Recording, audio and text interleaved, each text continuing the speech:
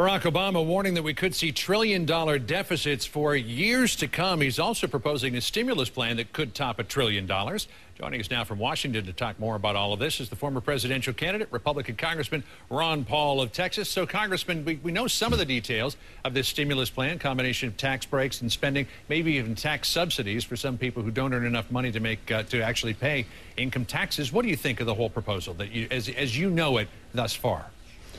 Well, I think it's just more of the same. It's more spending and more debt, and I don't think it'll solve the problem. It's turning the spending responsibilities over to government rather than individuals, and that's not the way you make an economy work. That's what we've been trying to do for years, and we've accelerated that in the last year. And it's just stumbling along. It reminds me of the 1930s. And we're going to spend a lot of time and a lot of money doing this, but it's not going to solve our problem. You know, they say that we're going to have trillion-dollar deficits for years to come. At the same time, we want to be fiscal conservatives and start talking about budgetary reforms.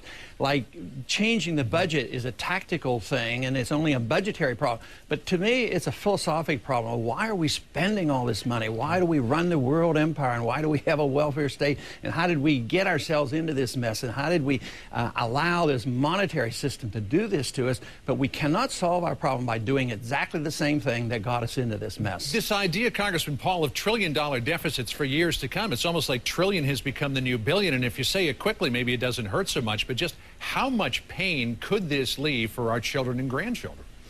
Well, you know, we talk about that a lot, and we should, but I'm afraid that this generation is going to suffer because I think the confidence eventually will be lost. You know, if $2 trillion a year budget doesn't seem to quite work, and that's the tactic, why not have a $4 trillion? Eventually the confidence will be lost. It'll be lost in the system.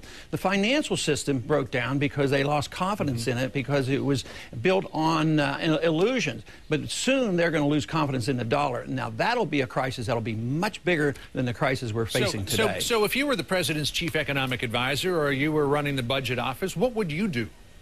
I would balance the budget, and I would tell people to save their money and that we should cut spending. But where we would cut spending is not domestic. We spend over $1 trillion a year maintaining our world empire. We can afford to do less overseas because what we do overseas just causes problems for us. The Soviet system came down because they overextended themselves in Afghanistan. They bankrupted that country. And actually, Osama bin Laden said, I'm going to bankrupt the Soviets, and they'll have to leave, and they did. Right. We're doing the same thing. But we're too extended. We could balance the budget, cut spending, and let the people go back to work, go to savings, and let the market operate. So, Dr. Paul, you obviously know a lot about economics, you know a lot about finance, but noted and Nobel Prize-winning economist Paul Krugman has said we need to have a stimulus package. It needs to be a big stimulus package, and we need to have it quickly. Well, yeah, he comes from a different view, but I doubt if he ever read Austrian economics. I don't even know if he knows who Mises is and Hayek and Rothbard, the people who talked about free market. He's not a free market person. Matter of fact, we haven't had free market policies in this country for a long, long time because once you have a Federal Reserve System, they are the central economic planners. They manipulate the economy by artificially lowering interest rates. So the economists you hear from in our universities and from Washington, D.C. are all interventionists. They're liberals, they're Keynesians. So if they're still winning the Nobel Prize for economics, then we're in serious trouble. But fortunately for us, there are a lot more people in this country who are waking up to the fact that the culprit is really the Federal Reserve, the monetary system, and this spendthrift Congress that we have and government.